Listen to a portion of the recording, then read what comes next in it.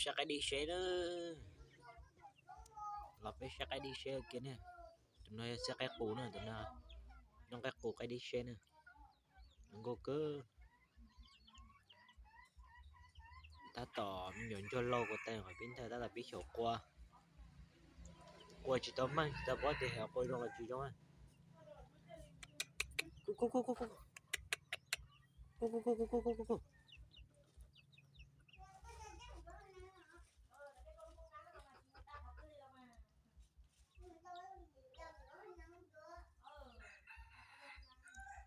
tụi bỏ xe nè, tụi bỏ xe này tụi khu nó tụi lo cái xe nè, nó có kia cho cái cũ nè.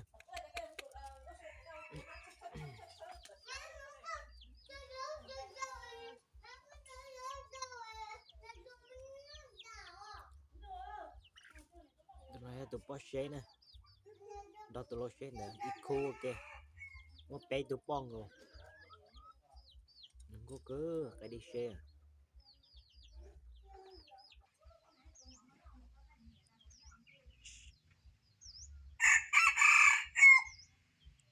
tụi lo đỡ nào qua nó nè, xe tụi lo xe tài với là xe tụi lo đỡ nè, tụi nó lo cái đi đỡ đỡ dê, chúng có cái kia tụi nó khi treo chuyện tao sáng tụi nó này, tụi nó mẹ ấy đó tụi nó tới chuyện cho lo nữa, tụi nó loay của tụi nhỏ cái đi xe với ta tao khá là tiếc tụi nó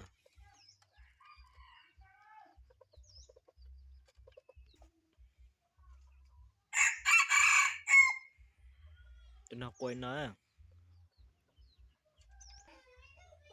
rồi phải xe của chả cái nữa, tụi nó lâu đó tụi nó cái tụi nó xong o á, tụi nó đi tôi trong cái kia tụi nó quay nhỏ cái tụi nó quay về khét khe nhỏ cái không, tụi nó gì chắc phải chúa về tôi lấy mua xài gì chúng nó nè, tụi nó chè qua lino ha, tụi nó mẹ á tụi nó tụi cái đỡ tạo chế lối dặn luôn, cho nên một xe che tụi nó yêu cái một sáng màu lại có tơ tơ trong cơ tụi nó này, tụi nó cái chúa tụi nó này cái chúa rồi chẳng cái đi thôi, tụi nó cho phải chúa chế tua chung pa tụi nó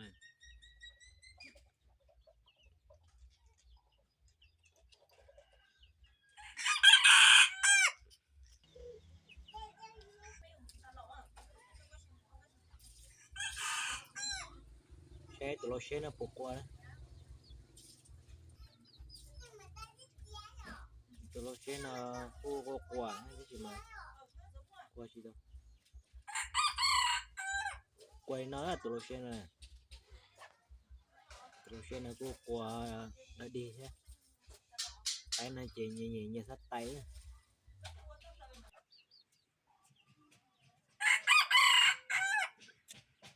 của nó nhỏ cái muốn tụi nó đâu người ta cho đây ngà lò xía,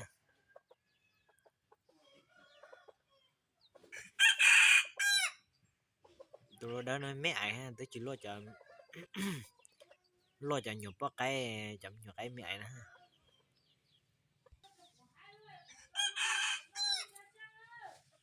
tụi nó đỡ nó chị không có chớ ông rồi nó chúa kia nè,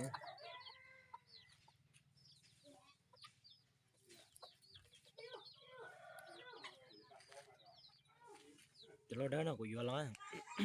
lo do bé sàn chi nè, vì vô bố thầm nhìn cho lâu rồi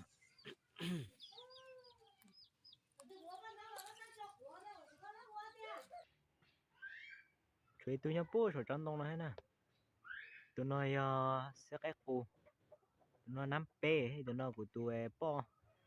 cái đi y lo giờ lại tụi lâu là y lo hay là chỉ cái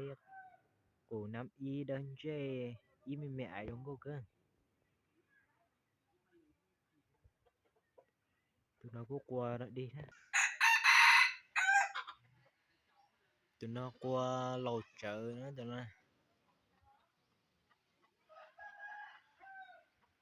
tụi nó tới xong nó tới xong hết nè tới tới tới xong vậy chỉ dùng đi tụi nó bù thổ xong nó plọ nó nhỏ khỏi xăng nhỏ khỏi cạc qua lo nó theo lại trong mình đi ai tụi nó lo tụi nó chỉ mẹ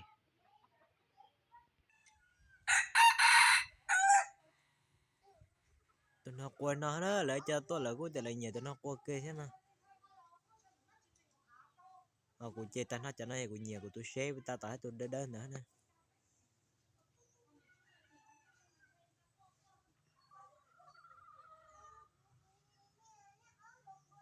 chỉ cạc hoài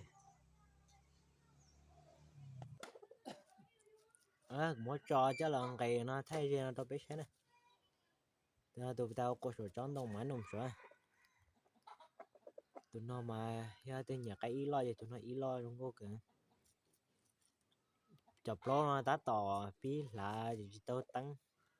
có tên liên là chỉ tao cơ nhé không có cớ tụi nó thấy tụi xe thấy tụi đỡ ta mua nhiều khóa hay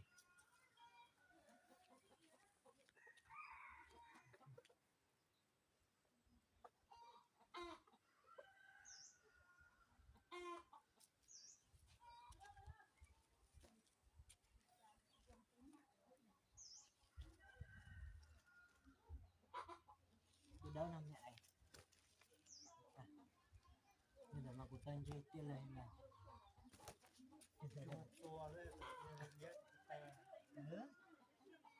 hai điểm mà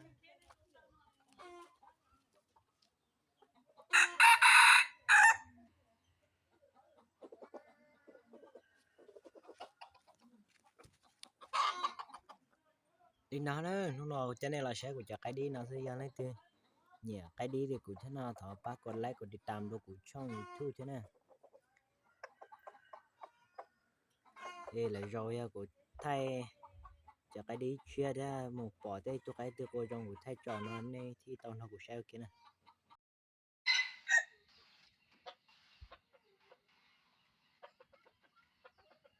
sẽ là cái đi nữa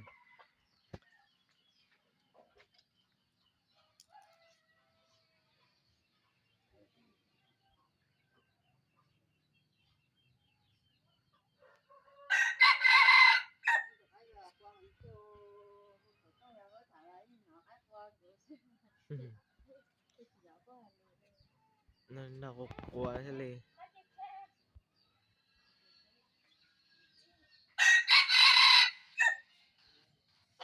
tụi nó có yêu của cho cái thế này tụi nó tụi cũng mua cho của gì là tụi nó lo tụi nó chỉ mê lê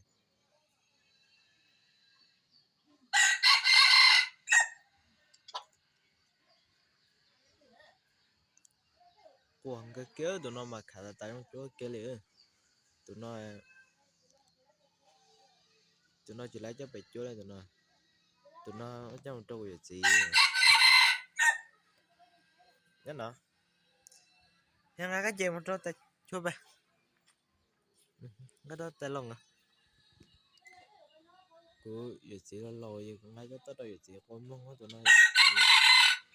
đi chỉ lại chúng nó đi tụi nó kia con mông quay vào trẻ tụi nó chứ là cái con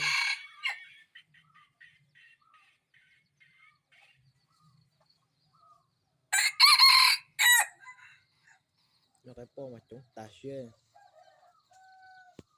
có tua nào nó đấy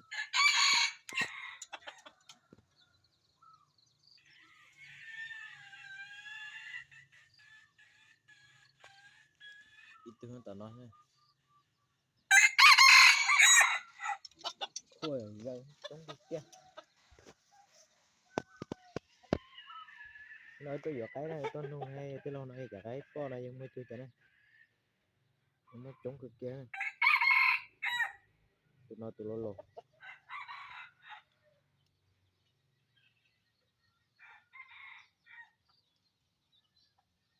nó tụi lô nó quay cho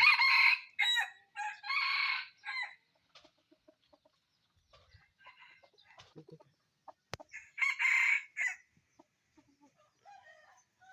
nó lò tụi nhỏ đừng có cứ cho cái bom có mạnh cổ tới tôi này tôi nói hay giờ cả mua tôi chán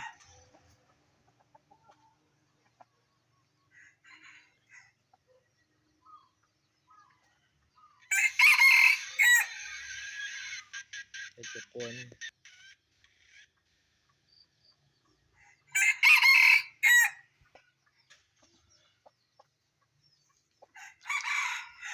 chỉ cả quay kia đó tỏng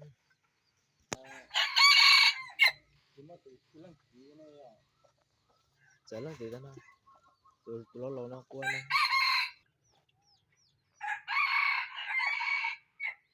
chúng cái kê cho nên nhiều lông mò nó ai chờ qua thế tôi qua mừng thế tôi qua chợ khách khen đừng có cái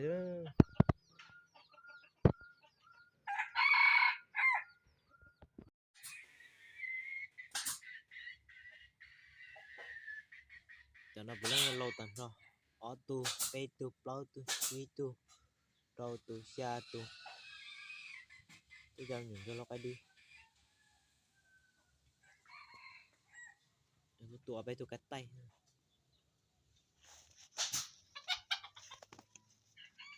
ở tu cắt tay đã tầm lắm rồi rau này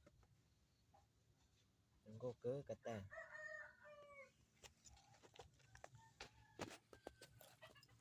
kia táo